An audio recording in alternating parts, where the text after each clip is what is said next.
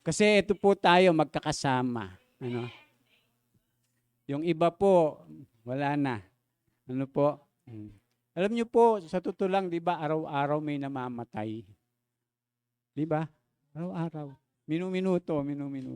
Tapos yung mga namamatay, mga kasing edad natin.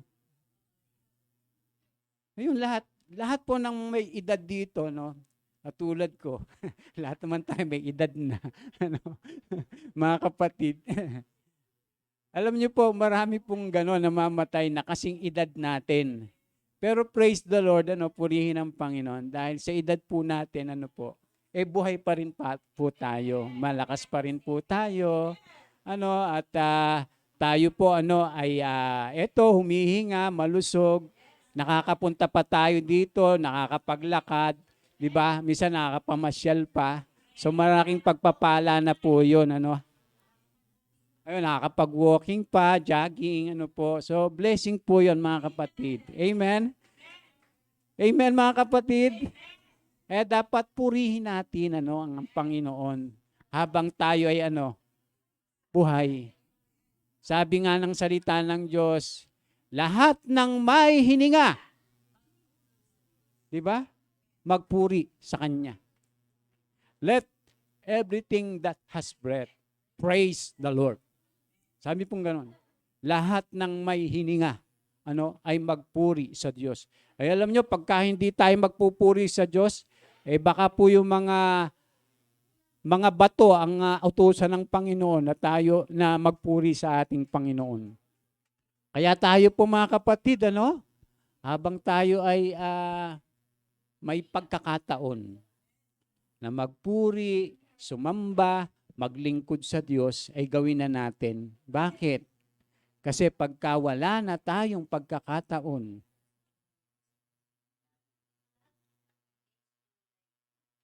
wala nang panahon pa. Lalo na kung hindi tayo doon mapupunta. Huli na pag nagsisi pa. Alam niyo po na marami pong mga tao na nasa Hades, nasa impyerno, na nagsisisi sila. Ano po? Dahil napakarami nilang pagkakataon. Dito, nung sila'y buhay, hindi nila ginawa. Samantalang marami po ngayon, na nabubuhay, na sinasayang yung pagkakataon na yun. Anyway, atin po palang wine-welcome si Kurt. Si Kurt. Ayan. Kasama po ni Ate Ipen at saka si EG Boy. Ayan, EG Boy. Welcome kayo, Kurt at EG Boy, sa Jesus First Christian Ministries. Salamat kay Sister. Ano mo yan, Sister Ipen? Mga apo. Tsaka si mga apo mo. Yun nasa likod.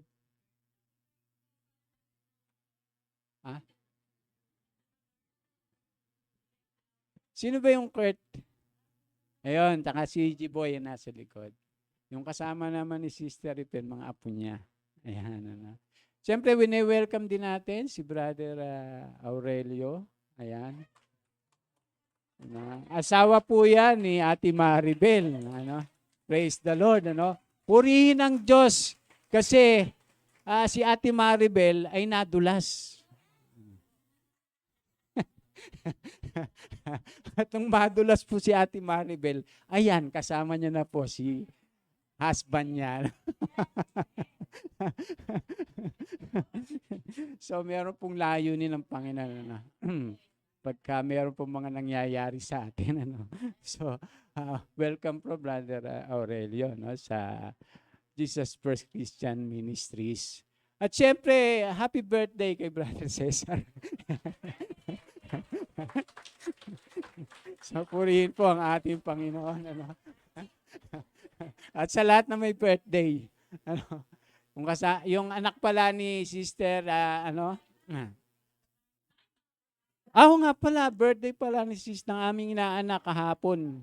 Happy birthday sa inyo sa lahat na may birthday. May natira pa ba? Ano?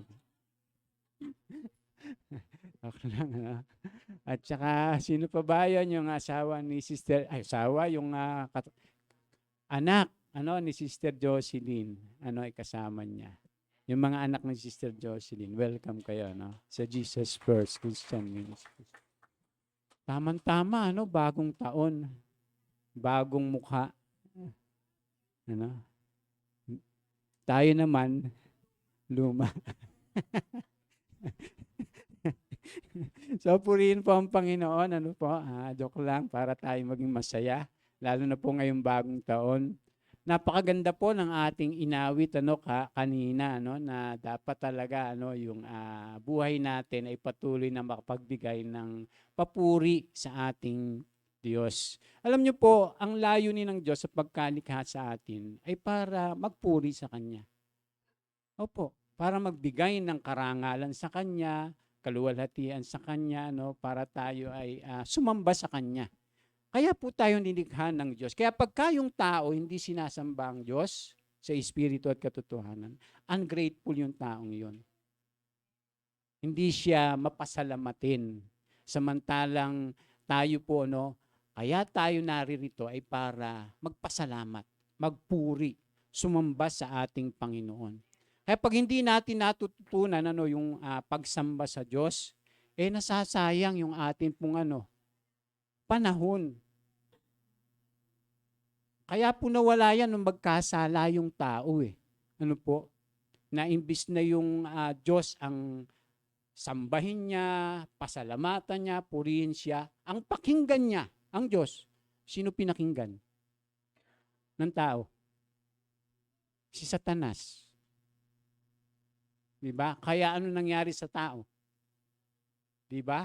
Naging miserable. Napalayo tayo, tapos nagkakanya-kanya tayo, tapos nabubuhay lang tayo sa ating mga sarili. Yun yung dahilan, yun yung naging epekto ng kasalanan. Yung ginagawa na lang natin yung gusto natin. Kasi sabi ng diablo dun sa mga tao, hindi, pag kinain mo nga yan, malalaman mo yung mabuti at masama. Sabing ganun. Kaya nung kinain ng tao yung bungang bawal, yung tao na ang nagpapasya kung ano yung mabuti at masama sa kanya. Hindi na ang Diyos. Ganun po yung nangyari sa tao. Siyempre, hindi naman yun ang layunin ng Diyos sa atin. Kaya anong ginawa ng Diyos sa atin? Di ba?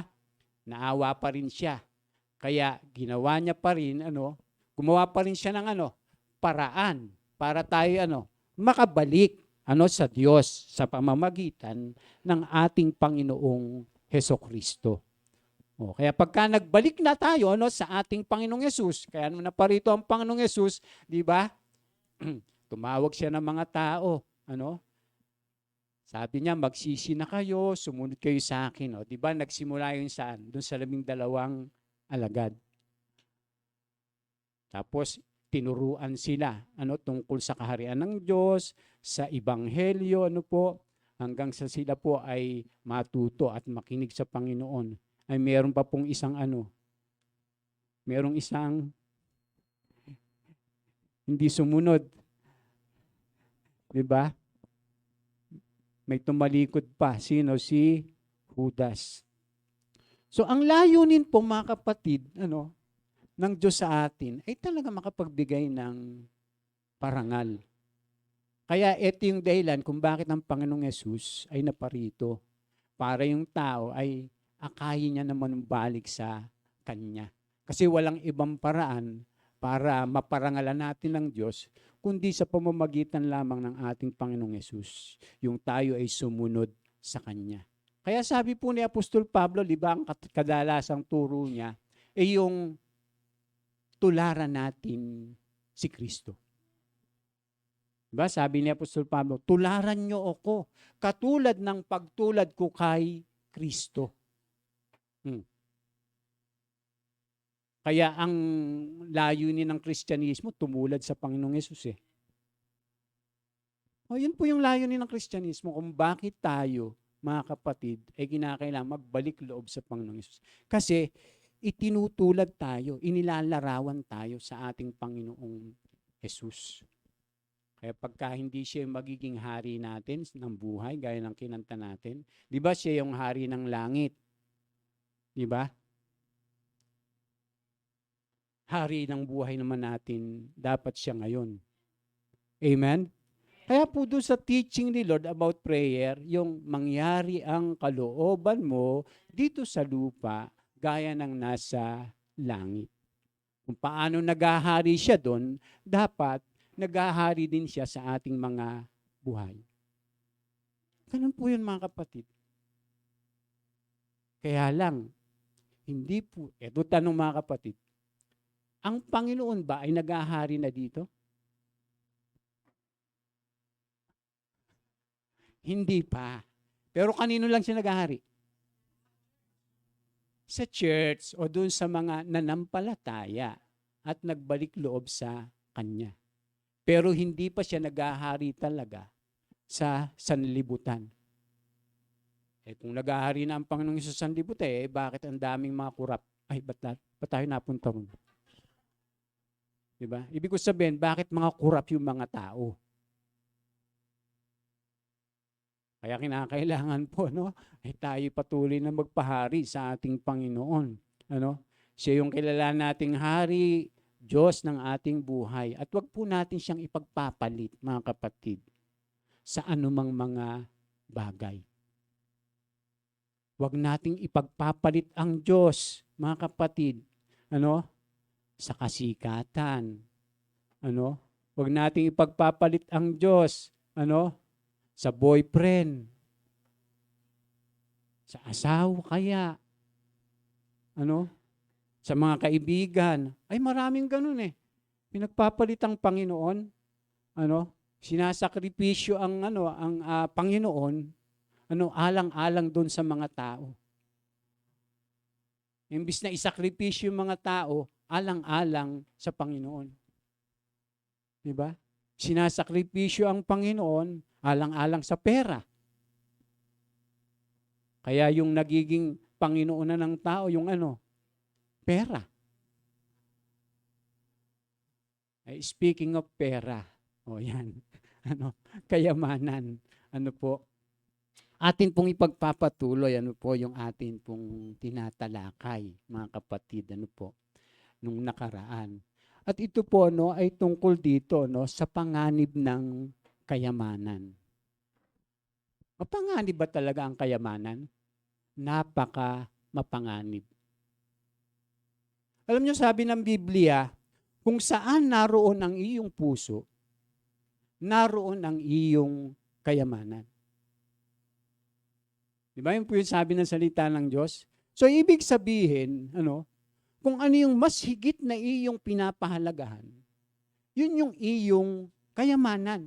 Hindi kailangang marami kang salapi. Hindi kailangang marami kang kayamanan. Pero nagiging kayamanan yung anumang bagay, o sino man, kapag higit na pinapahalagahan natin yun kaysa sa Diyos. Halimbawa, araw ng linggo ngayon, di ba? Araw ng linggo ngayon. Tapos, siyempre, marami kang pera. Mamamasyal na lang kaya ako? Di ba? Minsan yung ganon. So, ibig sabihin, pagka nadaig ka, ng mga bagay na yun, ibig sabihin, mas mahalaga sa iyo yun. Kaysa dun sa nagbigay sa iyo nung blessing. Yun yung panganib, sa kayamanan. Yun yung panganib ng pera. Yun yung panganib pagka marami kang napamaskuhan ngayon.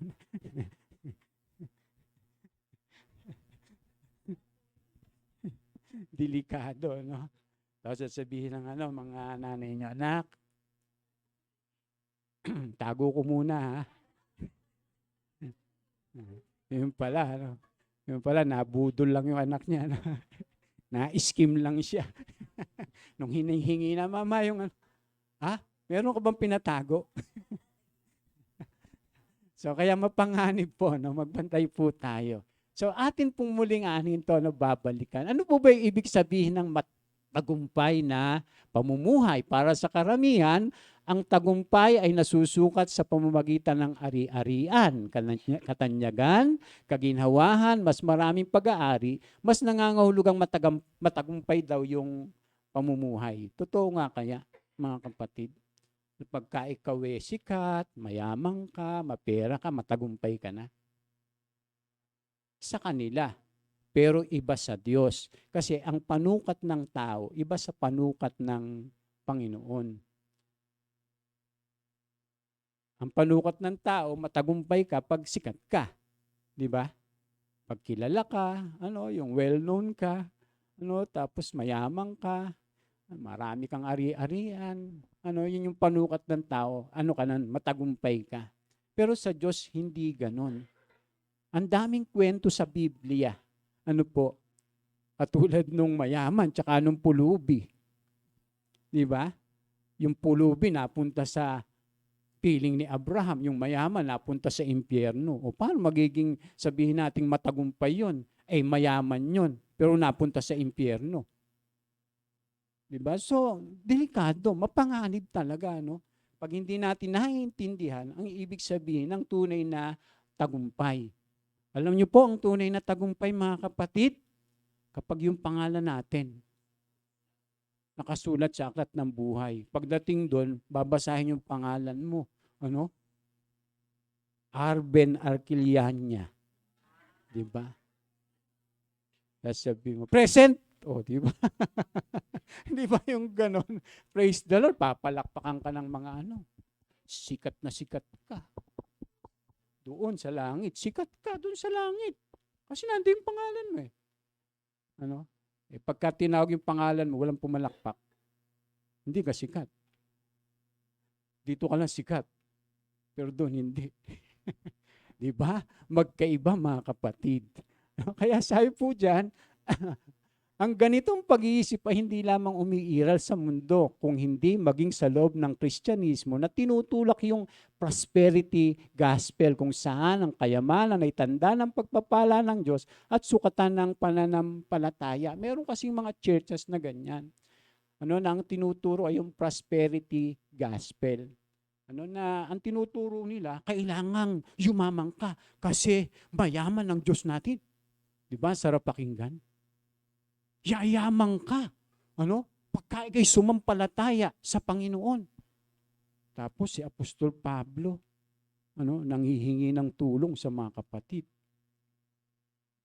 Paano niya, susuportahan yung ministry, yung kanyang mga pangailangan. Si Apostol Pablo yon. Pinakasikat yun na apostol. Paano sasabihin ngayon na pagka ikaw ay nanampalataya sa Panginoon, yayamang ka. Paano kung hindi ka yumaman? Paano hindi ka umunlad? Nanampalataya ka pa rin ba sa Panginoon? Diba? Doon masusukat. Kung nasan talaga yung tagumpay. Pagka meron na tayong mga pinagdadaanan. Yung iba akala nila, pagka sumunod ka sa Panginoon, dahil doon sa maling paniniwala, hindi na mangyayari sa ito, hindi na dadating sa ito, magiging okay na lahat yung buhay mo. Ay mga kapatid, basahin natin ang Biblia.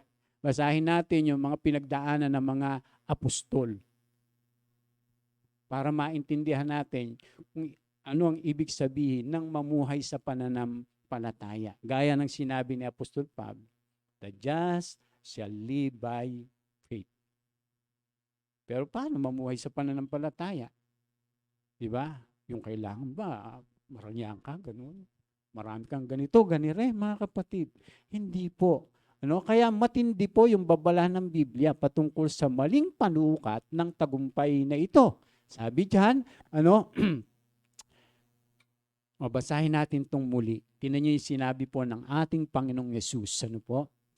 Basahin natin sabay-sabay. 1, 2, 3. Sinabi ni Jesus sa kanyang mga alagad, tandaan ninyo Napakahirap sa isang mayaman ang makapasok sa kaharian ng langit. Sinasabi ko rin sa inyo, mas madali pang makadaan sa butas ng karayom ang isang kamelyo kaysa makapasok sa kaharian ng Diyos ang isang mayaman. Di ba?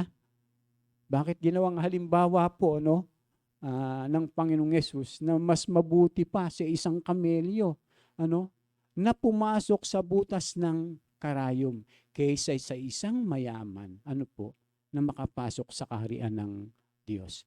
Kasi po, alam niyo po, bakit sinabi ng Panginoong Yesus yan? Noon po kasi sa Jerusalem, yung gate, pagka siyempre, hapon na, paggabi na, sinasara nila yung gate. Sinasara nila. Kasi, delikado kasi pagka lagi nakabukas yun. Kasi pagka nilusob sila ng kaaway, napakadali na mapasok yung Jerusalem. Sa gilid po nun ay merong maliit na kung saan dinadaanan lang ng tao na pinto. Siyempre, yung mga ngayon, mga may dalang asno, na, di ba? Yun po yung Yun po yung ginagamit para sa transportasyon. Doon po nila pinipilit, pinadadaan, yung kamelyo. Kaya hirap na hirap. Pinapano na. Kaya po ginamit po ng Panginoon yun, kaysa sa isang mayaman. Baka sabi nyo, sa lagay pala, pastor, pag mayaman ka, hindi ka na makapapasok sa langit. Hindi. Ang dami nga mahirap, di makapasok sa langit eh. Bakit?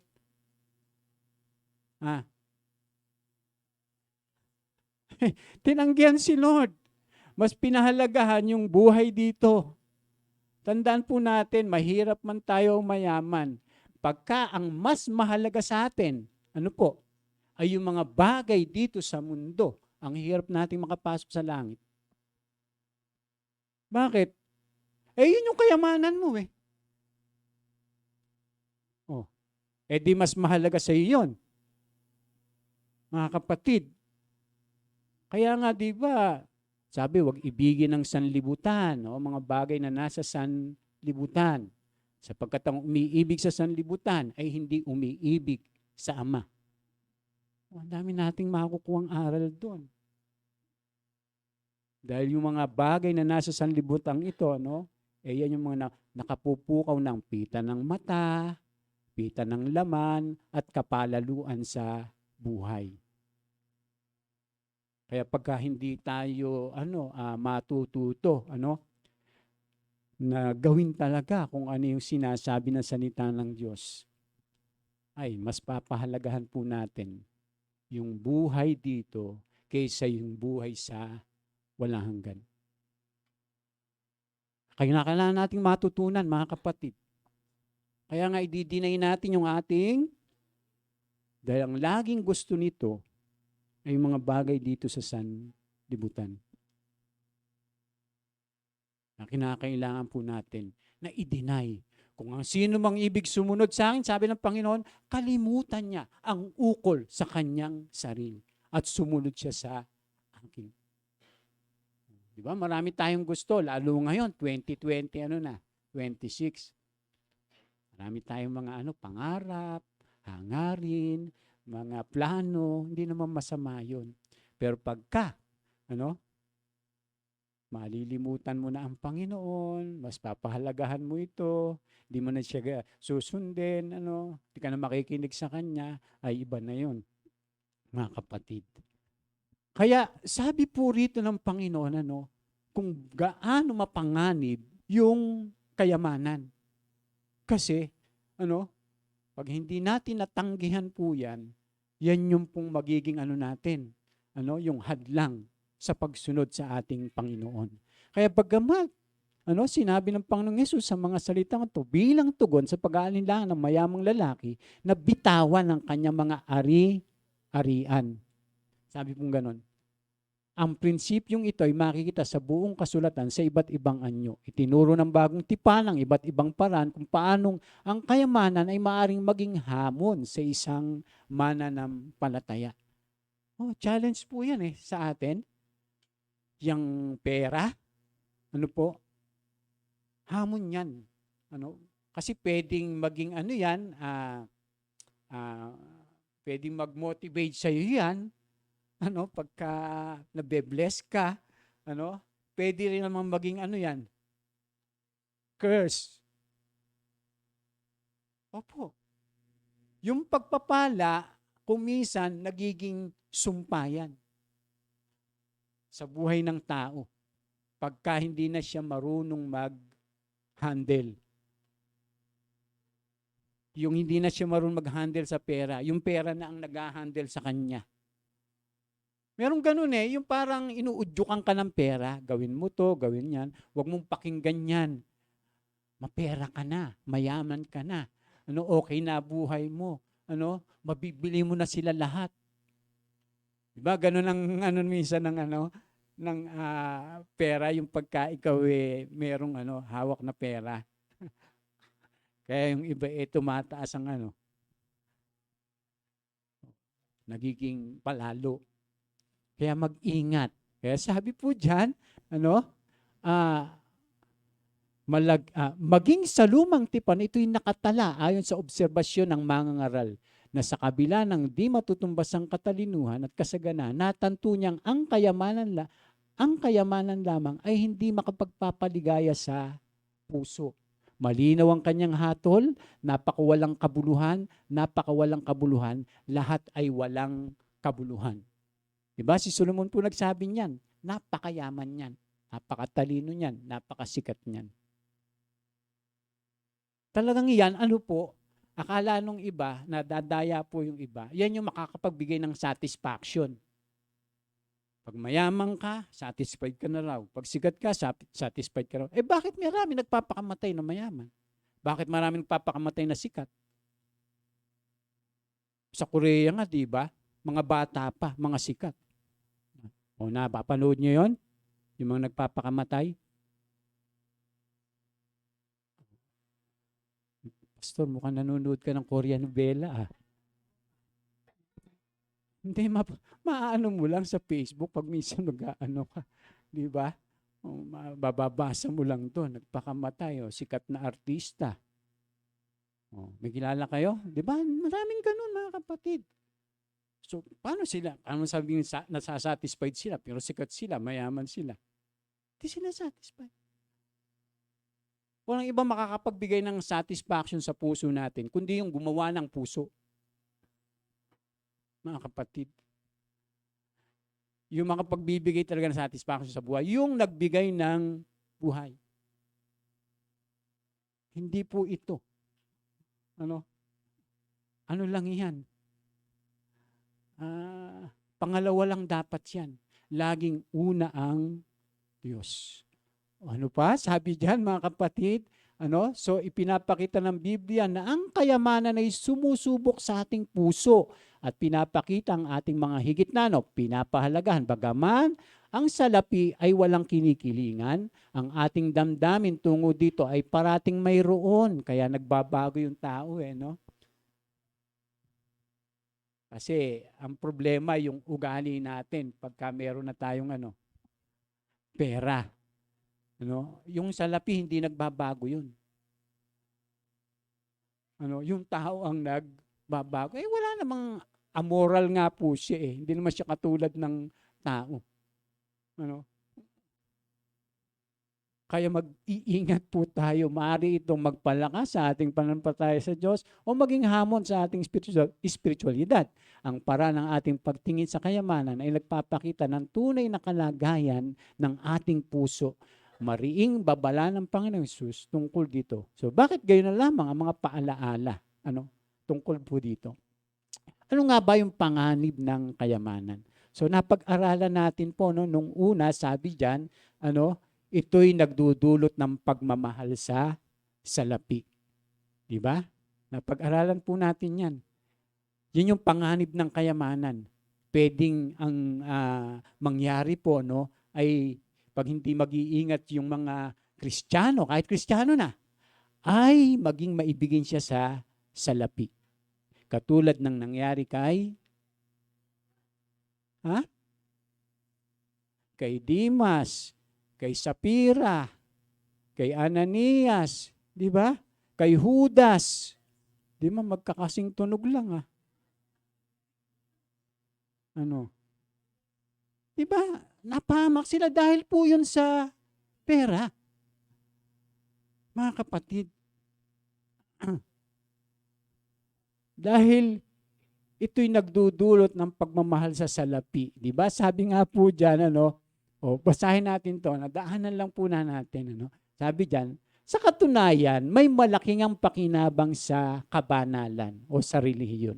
Kung ang tao'y marunong, kita nyo, ang tinuturo, dapat marunong tayong masiyahan. Pag hindi ka marunong masiyahan, mag-ingat ka.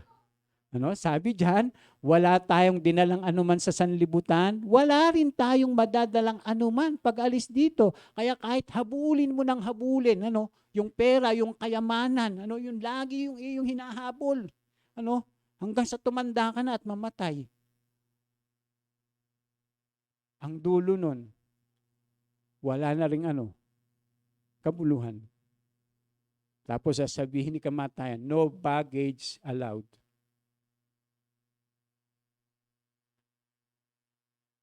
Maraming mayayaman, ganun Anak, yung kayamanan ko Sabihin ganun. Meron pong ganun yung malapit na, matanda na, laging yung kanyang kayamanan ang inaano. Baka kung anong gawin nyo sa ko Mga kapatid. Kaya sabi dyan, kaya dapat tayong, mo, ilang beses laging binabagit yung masiyahan. Kaya dapat tayong masiyahan kung tayo'y may pagkain at pananamit. Oo nga naman, Sabi kaya dapat tayong masiyahan. Pero nyo, ilang beses binabanggit yung masiyahan. So, ibig sabihin, ini-emphasize ni Apostol Pablo kung gaano kahalaga yung contentment.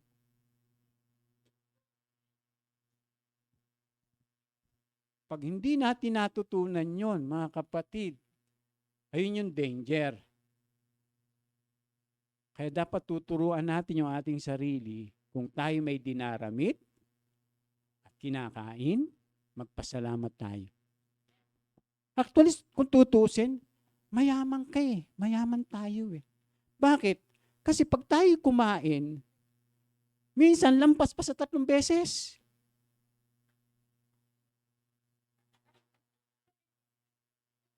Samantalang ang sabi rito, masaya na kayo kung kayo may kinakain at dinaramit. Tapos pag kumakain tayo, 3 beses sa isang araw. Sobra-sobra pa. Di ba? Ang dami nyo pang sobra, nasa rep.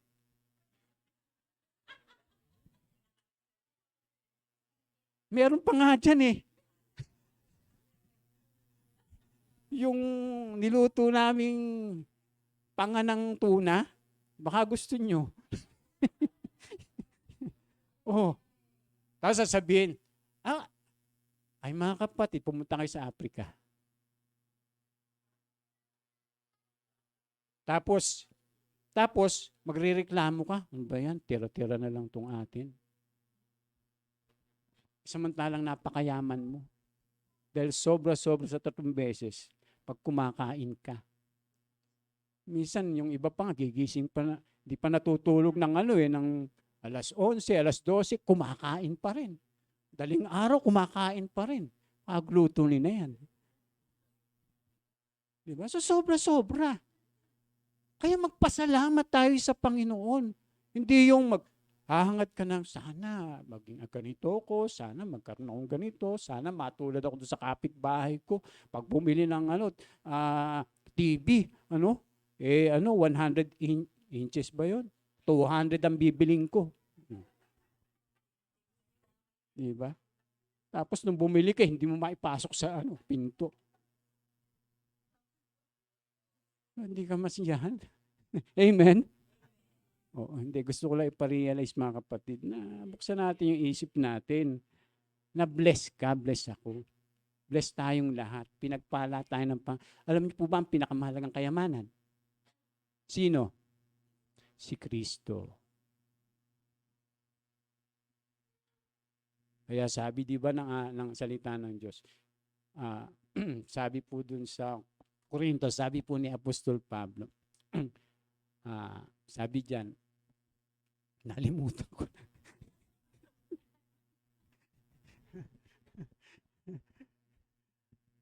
Sabi diyan, hindi nyo alam kung gaano kalaki ang pag-ibig sa atin ng Panginoon, di ba? Bagamat siya'y mayaman, siya ay nagpakahirap. Siya'y nagpakadukha upang sa kanyang pagiging dukha ay tayo maging mayaman. Mayaman ba tayo? Hindi nila matanggap. Yun ang sabi ng salita ng Diyos eh. Sa pamamagitan ng Panginoong Yesus, bagamat siya'y mayaman, nagpakadukha. Bakit? Biro niya, sasabsaban siya pinanganak. Ay ikaw, saan ka pinanganak? Mabuti ka pa sa ospital eh. Aircon pa o kaya sa bahay. Ang Panginoong Yesus doon sa sabsaban eh. Nagpakadukha siya. Inalaw ng Diyos doon siya mapanganak. Para tayo'y maging mayaman. Kaya ako, proud ako, mayaman ako. Yun ang sabi ng salita ng Diyos. Kanino ako maniniwala? Sa inyo o sinasabi ng salita ng Diyos?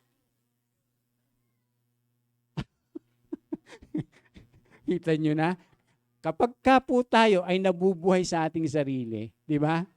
Mga kapatid, iba yung natin, panukat sa buhay. Pero pag tayo nabubuhay sa pananampalataya, yung panukat natin kung ano yung sinasabi ng salita ng Diyos. Amen? Amen. Teka, anong oras na? Wala pa tayo doon sa Sige na. Natin? Ayan.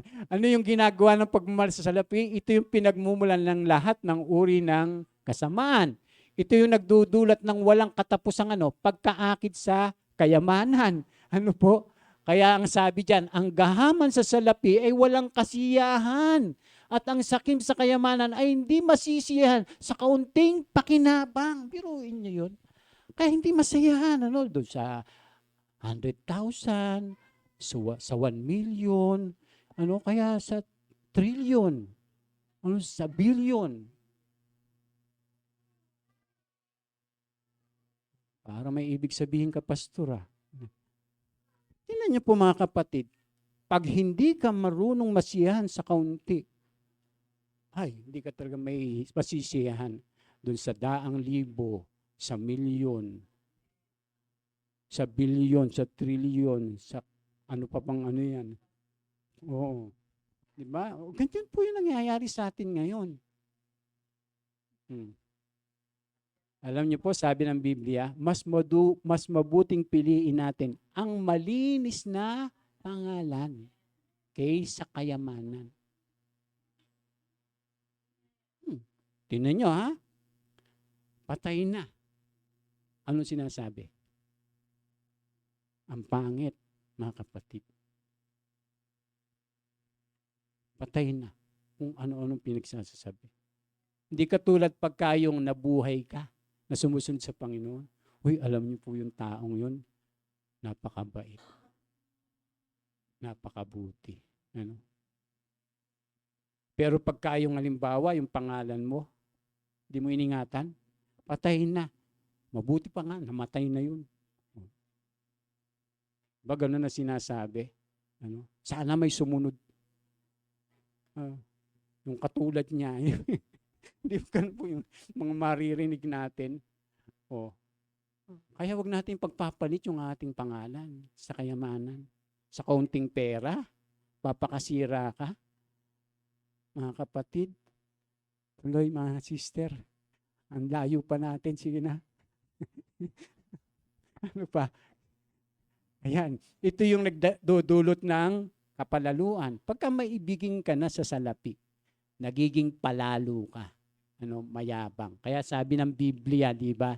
Kaya, Wag na wag niyong iisipin na ang kayamanan ninyo'y bunga ng sariling lakas at kakayahan. Kita nyo ha, pagka ikay may pera na. Halimbawa, nakatapos ka na ng pag-aaral, ano? Medyo nagagawa mo na yung mga gusto mong gawin, nagkakameron ng kanang ganito, ano? Tapos medyo yung pangalan mo mag-ingat ka. Dapat habang tayo po'y binebless, mga kapatid, dapat mas lalo tayong magpakumbaba. Amen? Hindi yung meron kang ganito, ganire, iba na yung tingin mo sa iyong sarili, iba na rin yung tingin mo sa iyong kapwa. Sa bagay, alam niyo po yung kayamanan kasi, power yan. O kapangyarihan yan, makapangyarihan yan sa lapi. Kaya kita mo, ginagamit ng maraming mga mga kilalang tao. Pag gusto nilang gumawa ng masama, nagagawa nila kung gusto nila. Kaya sabi diyan, subalit alalahanin niyong si Yahweh na inyong Diyos ang nagbibigay sa inyo ng lakas upang umunlad kayo. Tandaan natin lagi yun. Si Yahweh ang nagbibigay sa atin ng kakayanan. Ang Diyos ang nagbibigay sa atin ng lakas. Kung bakit nagagawa mo ito, nagagawa mo yan, napupuntahan mo ito, at iba pa. Dahil po yan sa Diyos. Hindi yan dahil sa matalino tayo, magaling tayo, mahusay tayo, Hindi po yan. Dahil po yan sa Diyos. Amen! Kaya dapat lagi nating ipagpasalamat sa Panginoon. Halimbawa, yung mga kasama nyo sa buhay, kayang gawin to, ganito, ipagpasalamat natin sa Diyos. Kasi dahil yun sa Diyos, dahil yun sa biyaya ng Diyos sa atin, dahil yun doon sa kakayanan na ipinagkakalob sa atin ng Panginoon. Kaya huwag tayo magmamalaki. Huwag tayo magiging palalo. Pag tayo po ay merong ganito o ganire. Kailangan po natin yung bawat isa. Alam niyo ba yung kwento, mga kapatid, tungkol doon sa bangkero? Kwentong barbero na naman yung pastor, sasabihin. Yung bangkero at saka yung professor. Hindi niyo alam. Sumakay yung professor, pupunta sa isang isla, mga kapatid. Sabi, Mamang bangkero, dalhin mo po doon sa isla. O sige po, sabi gano'n. Tapos dahil professor yung kanyang sakay, sabi ng professor, Mamang bangkero, magaling ka ba sa English? Ay, professor, hindi po ako marunong, grade 3 lang po ang inabot ko. Naku, nabawasan ng 30% ang buhay mo. Tapos, habang nagsasaguan siya, tinanong naman siya, Mamang bangkero, magaling ka ba sa math? Ay, lalong hindi po. Grade 3 lang inabot ko . Ay, naku, nabawasan na naman ang 30% yung buhay mo. Kinakabahan na yung yatang delikado ako dito . Habang nagsasagwan ganun. Tinanong na ulit siya, Mamang bangkero, magaling ka ba sa science? Ay, lalo na pong hindi. Ay, naku, nabawasan na naman 30% yung buhay mo. Patay, 10% na lang natitira sa buhay. Habang nagsasagwan siyang ganun. Lumakas yung alon. Lumakas kasi. Lumubog yung bangka. Nagsisisigaw yung professor, tulungan mo ako, tulungan mo ako. Sabi ng Mamang bangkero, gamitin mo na lahat yung mathematics mo, English mo. Hindi para marunong lumangoy. Siyempre, yung bangkero, galing lumangoy nun. Gagamitin ko yung 10% na natitira sa akin.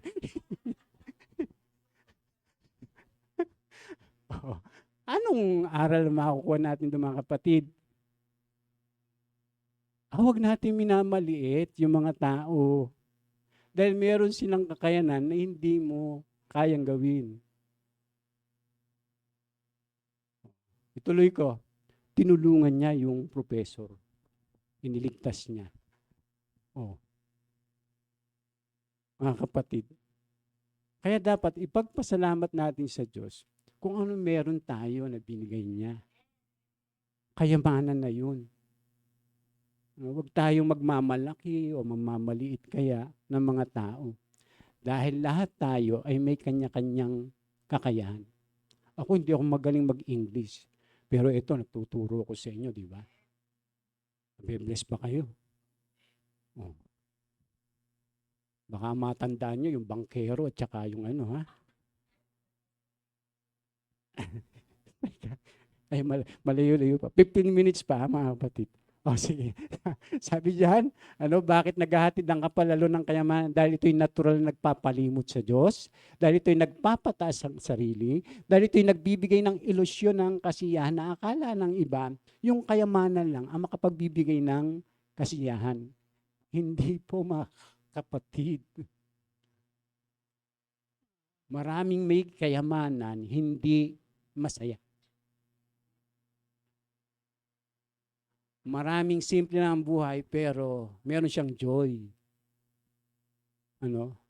Lalo na kung sumusunod tayo sa Panginoon. Nandun yung, the joy of the Lord is my strength. Yung bunga ng Espiritu. Alam niyo po, iba po yung, yung happy dun sa joy. Mga kapatid. Pero yung joy na galing sa Panginoon, kahit ang daming pinagdadaanan, nararanasan mo pa rin. Yung joy na yung minsan di maintindihan, mapayapa ka pa rin. Kaya sabi ng ating Panginoong Yesus, my peace I give unto you. Is the peace that the world cannot give. Is the peace that the world cannot understand. Kaya sasabihin, bakit kaya itong mga tono? Kahit gano'n ang buhay nila, ang sasaya pa rin nila, mapayapa. Diba? Kasi meron silang kapayapaan. Meron tayong kapayapaan na galing sa Panginoon na hindi minsan naintindihan ng marami. Blessing yun. Maraming mayaman, magulo. Maraming mahirap, masaya. May kapayapaan. Depende yun sa ating pamumuhay. Kaya kita niyo ako, lagi akong masaya. Diba, lagi akong nakatawa? Dapat lagi po tayo nakatawa. Amen? Dapat. Kasi pagka masayahin ka, ay, hindi ka basta-basta, magkakasakit. Gamot nga yun eh. A merry heart, do it good like a medicine. Di ba parang ano? Pero yung broken spirit, dry at the bones, yung sakit ka. Kaya dapat magpakasaya tayo sa Panginoon. Rejoice in the Lord always. Di ba yung sabi? And then, I say again, rejoice. Rejoice in the Lord always. And again, I say rejoice. Hallelujah. Ano pa? Amen? Yan. Praise God. Simple lang, mga kapatid. Ano pa po? Ano ba yung mga panganib ng kayamanan? Ayun pa po, sabi diyan, ito ay nagdudulot ng kasakiman. Sabi po diyan, ang kasakiman ay ang masidhing pagnanasa ng mas mainam, mas marami, mas higit na nagbibigay kahulugan sa buhay. Ang tagumpay ay tila nasusukat ayon sa dami ng ari-aran o kayamanan at hindi ayon sa panukat ng Diyos. Ang kasakiman ay nagpapabaluktot ng mga pinapahalagahan. Nagdudulot ng walang katapusang pagtatrabaho, nagpapabulag sa puso kung ano ba talaga ang mahalaga. Anong sabi diyan? Bakit naghahatid ng kasakiman ng kayamanan? Dahil ito'y nagdudulot ng walang katapusang paghahangad. Sabi po ng salita ng Diyos, sinabi kay Jesus ng isa sa mga naroon, Guro, iutos nga po ninyo sa kapatid ko na paghatian namin ang aming mana. Sumagot siya, sinong naglagay sa akin bilang hukom tagapaghati ng mana ninyo? At sinabi niya sa kanilang lahat, mag-ingat kayo sa lahat ng uri ng kasakiman. Sino kausap niya? Mga tao, di ba? Yung mga alagad niya, bawa, mga kasama niya, nagtuturo siya. Ano po, yung mga tao, parang tayo. Hindi yung mayaman ang sinasabihan niya. Lahat ng tao.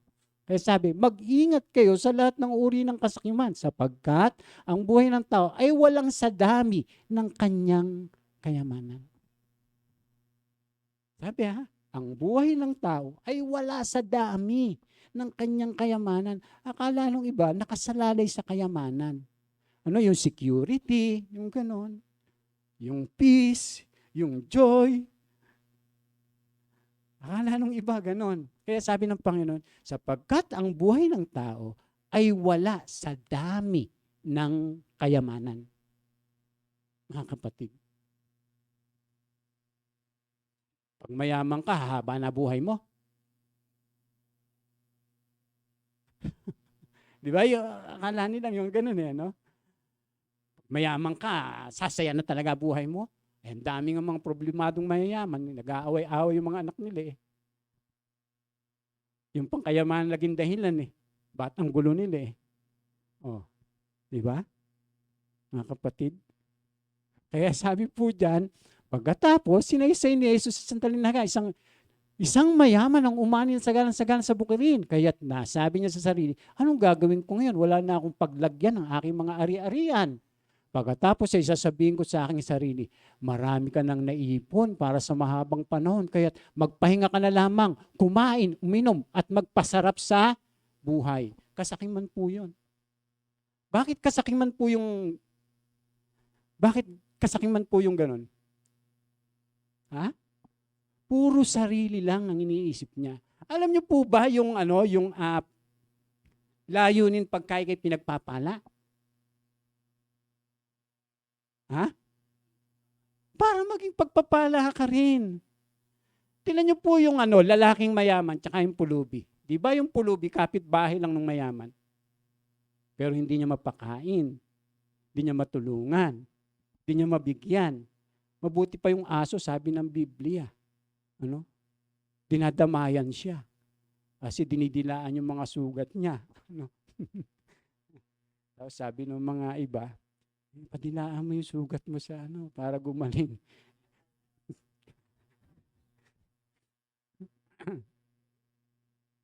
Di ba? Tinan po yun. Kasakiman po yun. Kaya tayo po, pag binebless tayo, pinagpapala tayo, mga kapatid, ang purpose po nun, para gamitin din natin, para maparangalan ang Panginoon. Opo. Maigi nga pinagpapala ka Ikaw yung pinagpala. Hindi ka doon napunta sa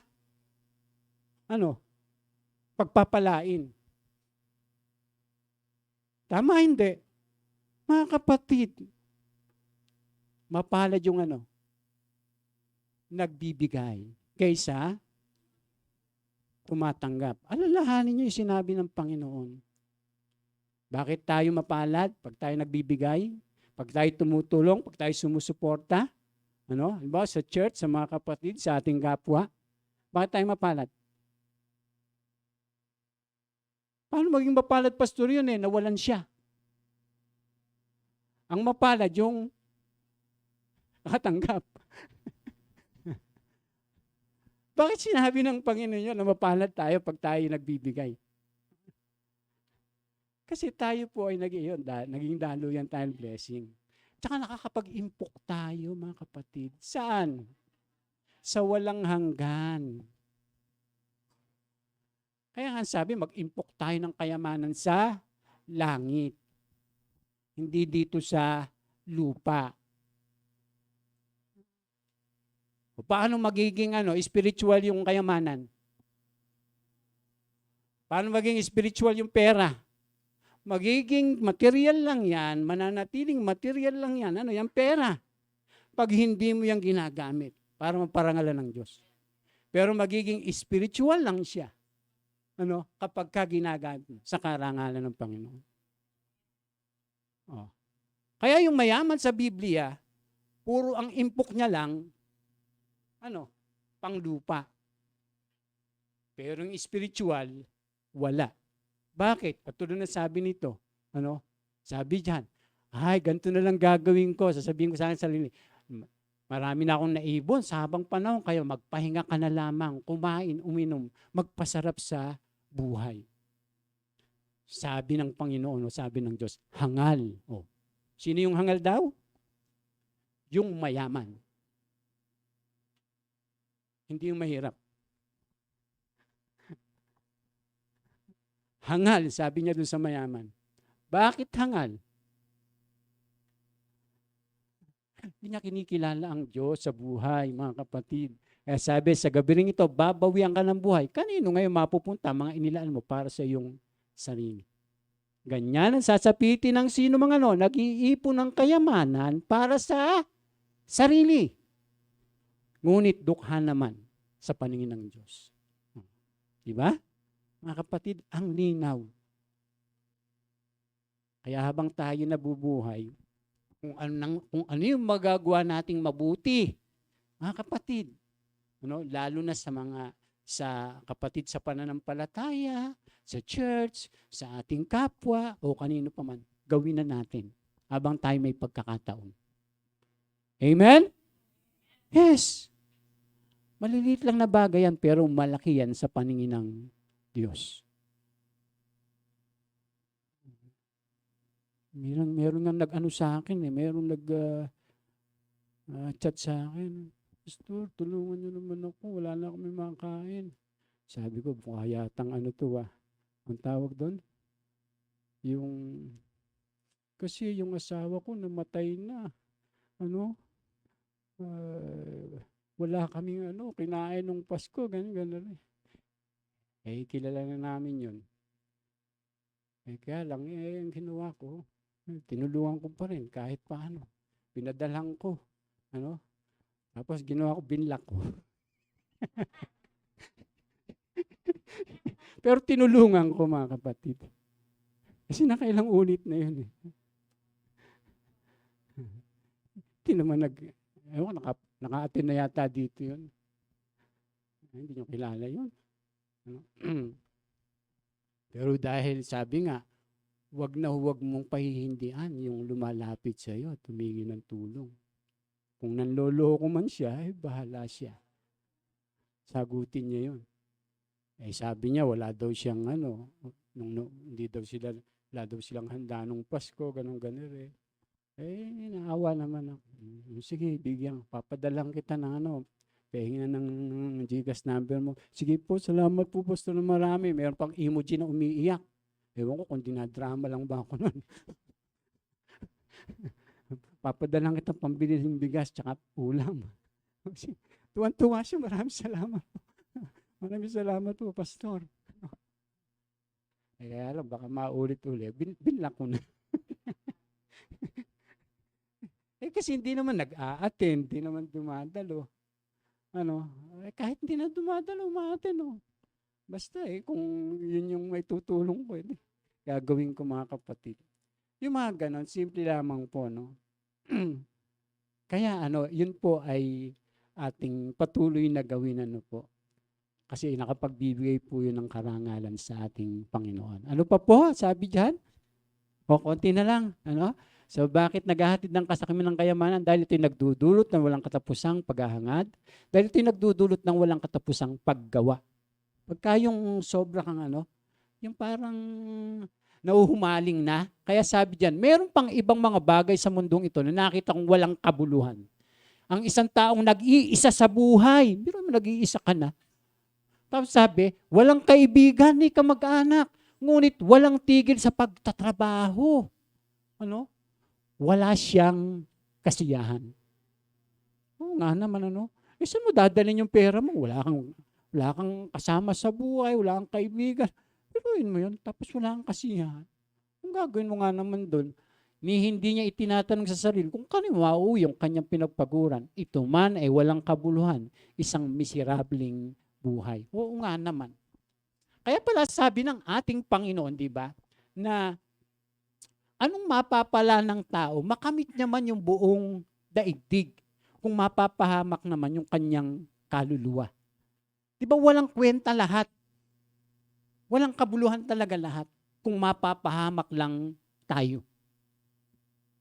Kaya di bali nang hindi tayo yung naging ganito, ganyan, po. Pero nabubuhay naman tayo ayon sa kalooban ng Diyos. Amen? habang tayo nandito sa lupa. Ano pa po mga kapatid? Ayan. So, mahaba kasi yan eh. Sige pa. Please. So, ano yung dapat gawin? So, matuto tayong masiyahan sa pamamagitan ng pagtitiwala sa Panginoon. O, yan ang sabi ng salita ng Diyos. Sige nga. Sabi dyan. O, basahin po natin ng sabay-sabay. 1, 2, 3. Hindi ko sinasabi ito dahil sa kayo'y pinaghahanapan ko ng tulong. Natutunan ko ng masiyahan maging anuman ang aking kalagayan. Oops, tinan niyo po. Sino nagsasalita? Si Pablo. Sabi niya, natutunan niya ng masiyahan anuman ang kanyang kalagayan. Antindi, no? Siyempre, pag sinabi natutunan, pinag-aralan niya rin yun. Kaya pag hindi natin pinag-aaralan yung tayo'y matutunang masiyahan, ano po? Nakakaano sa atin nakaka-apekto sa ating isip, sa ating puso. Pag hindi natin naiintindihan, natuturuan natin yung ating sarili na masiyahan. Sabi diyan, alam ko kung paano maghikahos. Oh, biruin nyo yun? Hikahos. Mas malala sa naghihirap. Sabi niya, alam ko kung paano maghikahos. Alam niya na. Alam ko rin kung paano managana. Oh, yan. Natutunan ko ng sikreto kung paano masiyahan sa anumang kalagayan sa buhay. Ang mabusog o magutom, ang managana o maghirap.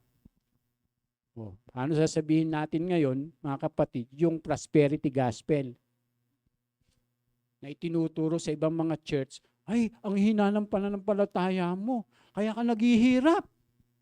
Ay, sa lagay pala, ang hina ng pananampalataya ni Pablo. Nagikaw siya eh. Mga kapatid, yung buhay pananampalataya, hindi ibig sabihin, pagka ikaw ay blessed, mga kapatid, yun yung ibig sabihin o kahulugan ng pananampalataya. At pagka ikaw naman, ay hindi blessed, ibig sabihin ay pinabayaan ka ng ating Panginoon. Kailangan matutunan po natin yung mamuhay sa pananampalataya. Ang mamuhay sa pananampalataya ay gaya po nito. Kung nakakaranas tayo po ng hirap, magpakatatag tayo. Magpatuloy tayo.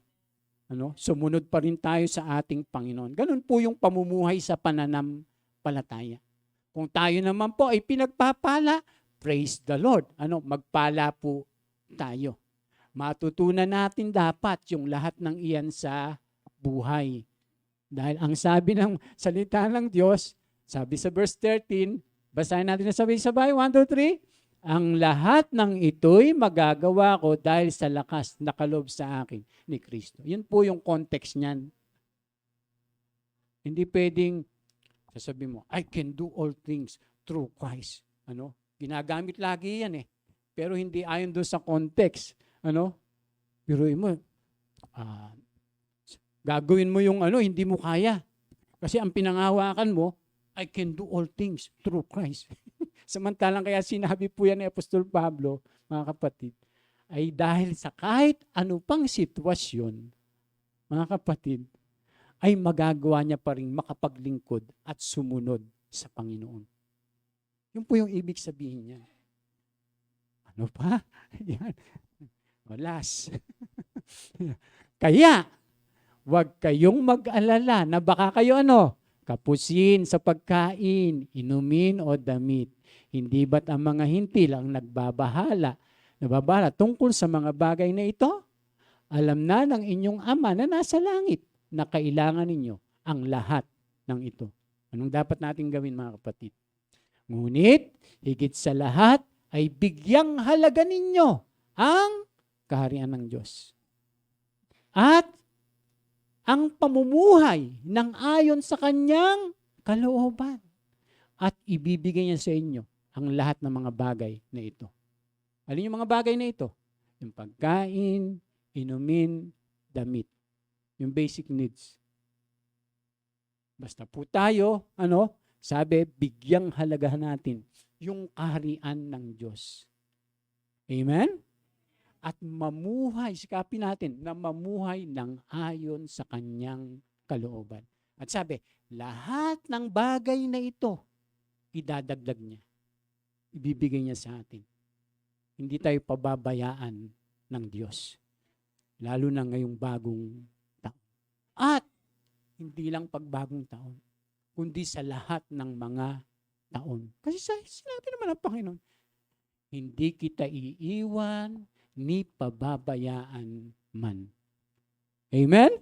Palakpakan po natin ang Panginoon. Kaya mag-ingat po tayo mga kapatid, Mag-ingat po tayo sa kayamanan. Purihin po ang ating Diyos.